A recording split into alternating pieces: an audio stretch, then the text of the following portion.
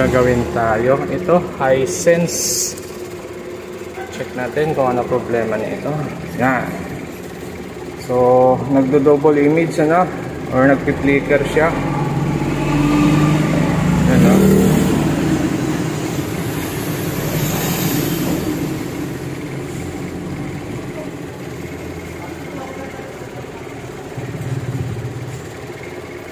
Okay, so makikita natin yung display niya ay nagdo-double image na siya.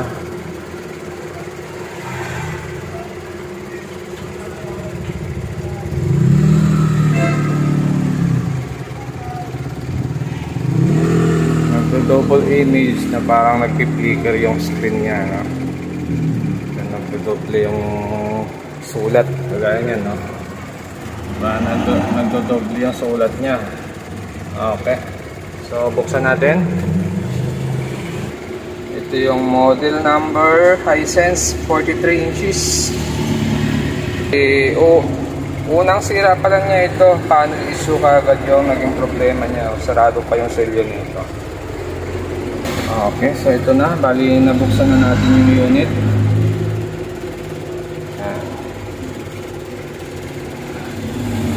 Bali yan yung kanyang mainboard. Tapos yung gamit na top board ay yung ganito. Okay, so ito ay sarado pa yung silyo, ano? So magtataka ka yung panel nito.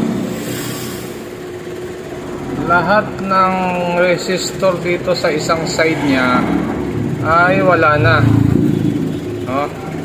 Makikita nyo lahat ng resistor dito wala na, no? Pero nung binuksan natin yung unit kanina, silyado pa siya. Kumbaga, ito yung unang sira niya.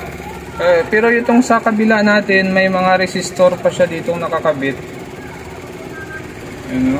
Yung ating LC.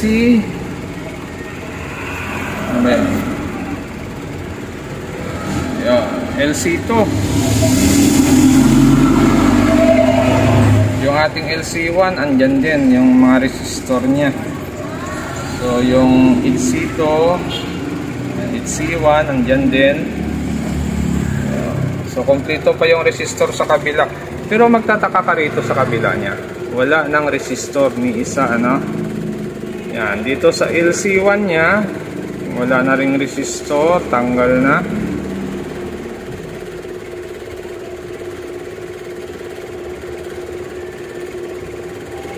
Okay, wala na. Simot na yung kabila. Mula dito sa kanyang ribbon papunta rito, yan lang yung components na nakakabit yan. Pagdating dito talaga sa kabila, ito may tagging pa siya dito, CLP.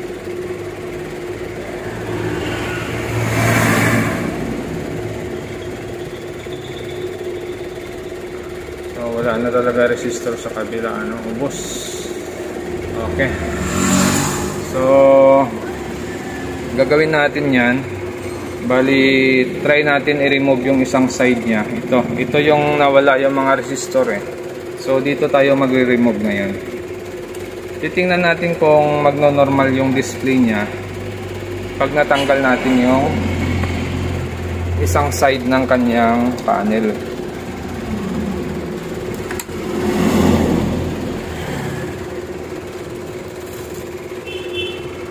Power on lang natin. Yan, nag-on na siya. So, mayroon pa rin siyang galaw dun, ano?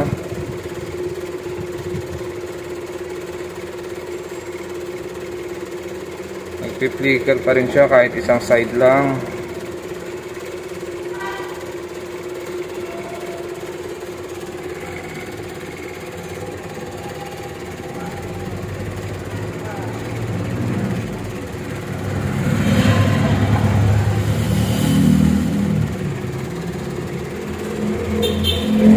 Parang wala, ano? Ayun, mayroon, no? Oh, mayroon siya. Mayroon, ano? Yun, no? Nagdodoble pa rin siya. Okay. So dahil nagdodoble pa rin siya, gagawin natin dito, try natin ihang yung LC2 dito, isa. Tapos yung LC1 nya. Tatanggalan natin siya ng LC1, LC2. Titingnan natin kung magno-normal yung display nito. Okay. So no choice kasi yung kabila niya ay talagang wala ng laman nito. So wala na tayo matanggal dyan. Malinis na yung kabila nito. Okay. So yan, tinanggal natin yung isang resistor lang. Tapos dito tinanggal din natin yung isang resistor din dito. Yan. So try natin ito kung may pagbabago yung display nito pag wala na siyang LC1 saka LC2. Okay, so mas malala nga naging problema niya, no? Nung tinanggalan natin siya ng LC1, LC2, mas malakas yung kanyang flicker or double image.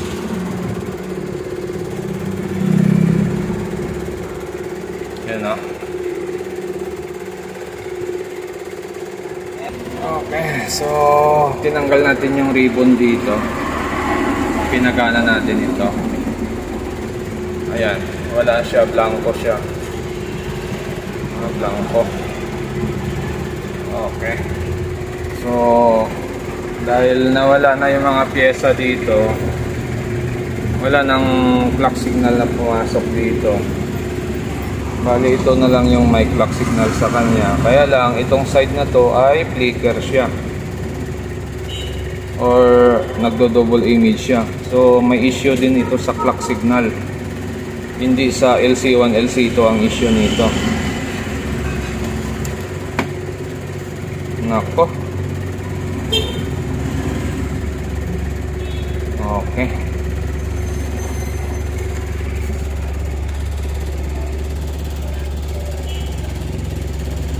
So ang value ng resistor sa 8C1 ay 37R4. Tapos sa 8C2 naman ay 42R2.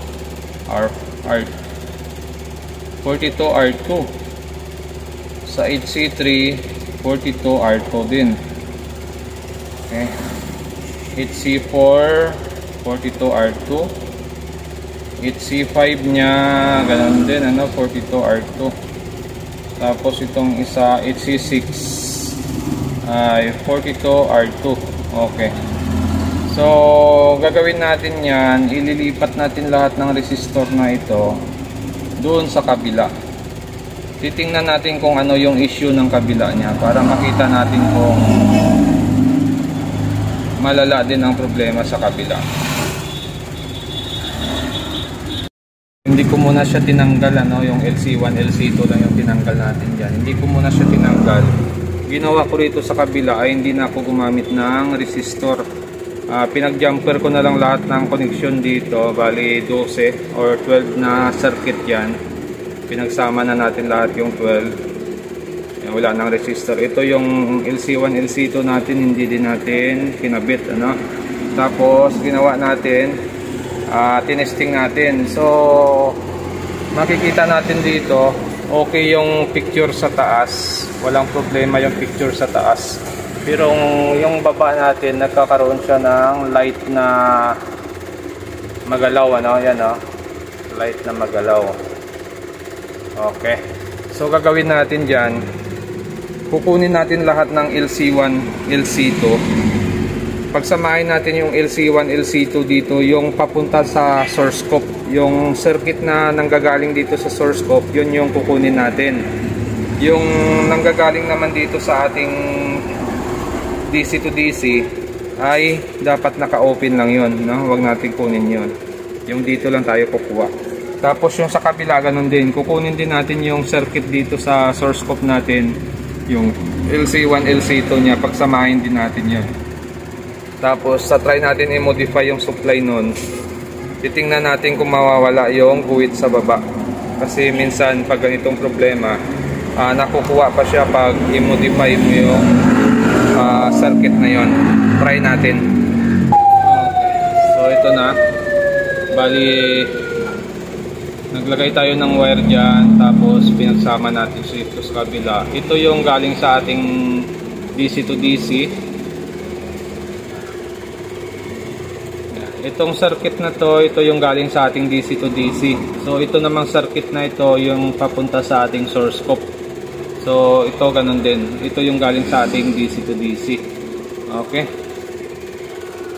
So naglagay tayo ng wire dyan. Bali magkabilaan yan. Ito, kumuha din tayo dito. Itong pin na yan, yan yung galing sa ating DC to DC board. Tapos ito naman yung papunta sa ating source scope. Ganun din dito. Yan, itong may resistor, yan yung galing sa DC to DC natin. Ito naman yung papunta sa ating source scope. Yan, yung papunta dito. Yan. So nalagay din tayo ng wire dyan.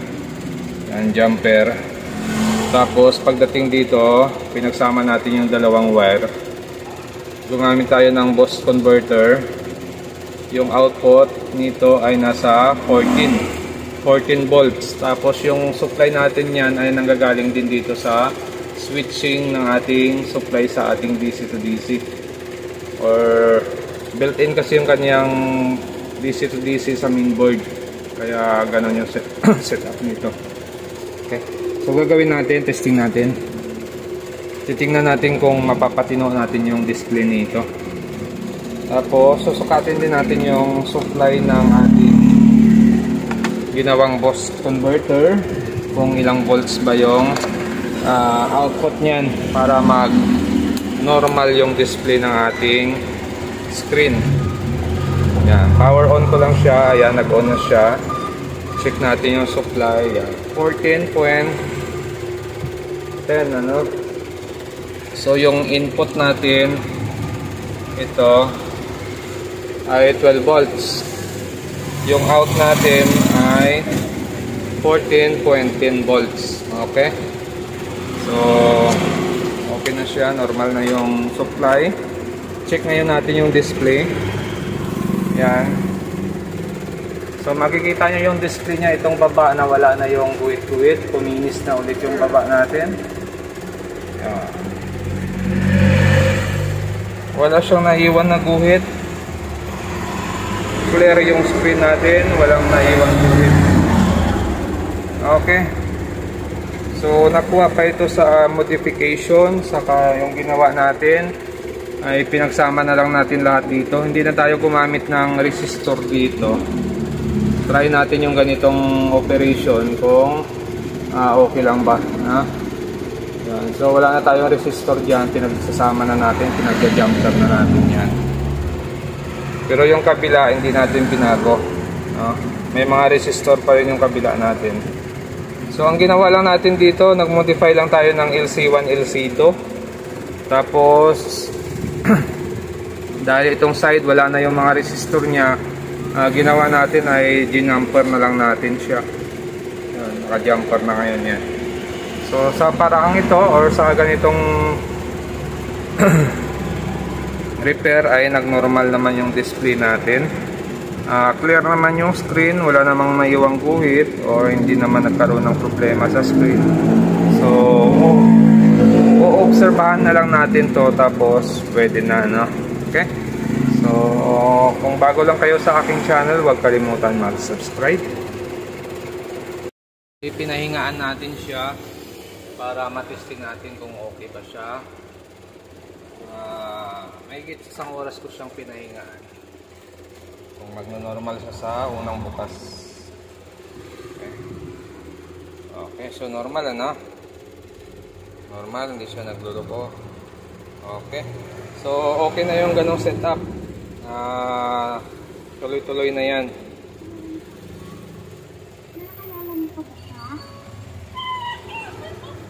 Hinaan lang natin yung sounds, baka masapol tayo. So yan, okay na yung display niya. So okay na ito. Okay, pwede pa.